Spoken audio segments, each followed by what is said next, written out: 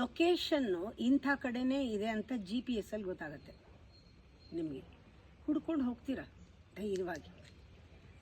ಇಲ್ಲಿ ಶಿವ ಇಂಥದ್ದೇ ಲೊಕೇಶನ್ ಅಂತ ಗೊತ್ತಾಗಬೇಕಾದ್ರೆ ಡಿಸೈಡ್ ಮಾಡಿದವ್ರು ಯಾರು? ಗಣಪತಿ ಹೇಗೆ ದೇವಿಯ ಪಾದದಿಂದ ಒಂದು ಡಿಸ್ಟೆನ್ಸ್ನ ಡಿಸೈಡ್ ಮಾಡಿದ ತಕ್ಷಣ ಸುಬ್ರಹ್ಮಣ್ಯನ್ ಎಲ್ಲಿ ಕೂಡಿಸ್ಬೇಕು ಅಂತ ಡಿಸೈಡ್ ಮಾಡಿದವ್ರು ಯಾರು? ಯಾವ GPS ಇಲ್ಲ. ಇಟ್ಸ್ ಎ ಮ್ಯಾಗ್ನೆಟಿಕ್ ಈಕ್ವೆಡಾರ್ ಅಂತ ಹೇಳ್ತಾರೆ. ಇದೊಂದು ಇದೆ, ಒಂದು ಲೈನ್ ಇದೆ ಈ ಗುಡ್ಡದಲ್ಲಿ, ಒಂದು ಮ್ಯಾಗ್ನೆಟಿಕ್ ಈಕ್ವೆಡಾರ್ ಇದೆ. ಒಂದು ಲೈನ್ ಕ್ರಾಸ್ ಆಗುತ್ತೆ ಗುಡ್ಡದಲ್ಲಿ, ಒಂದು ಸುವರ್ಣ ರೇಖೆ ಥರ. ಅದು ಅನುಭವಕ್ಕೆ ಬಂದಿರೋದು ನನಗೆ. ಅಲ್ಲಿ ಮಾರ್ವೆಲಸ್ ಸೈನ್ಸ್ ಅದು ಎಕ್ಸ್ಪ್ಲೈನ್ ಮಾಡೋಕ್ಕಾಗಲ್ಲ.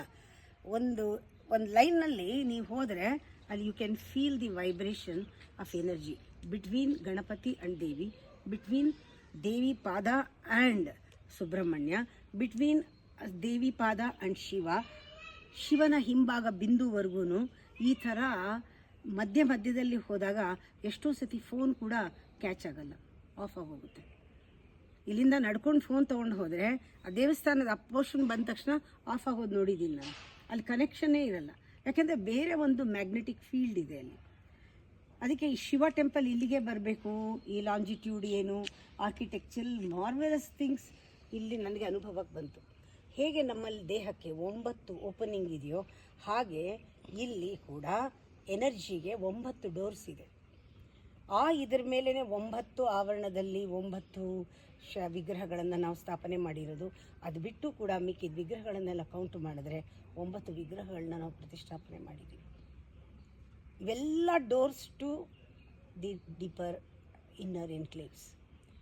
ಹಾಗೆ ಇದು ಅರ್ಥ ಆಗಬೇಕಾದ್ರೆ ಅದು ವರ್ಡ್ಸ್ದಲ್ಲಿ ಹಾಕಿದ್ರೆ ಅರ್ಥ ಆಗಲ್ಲ.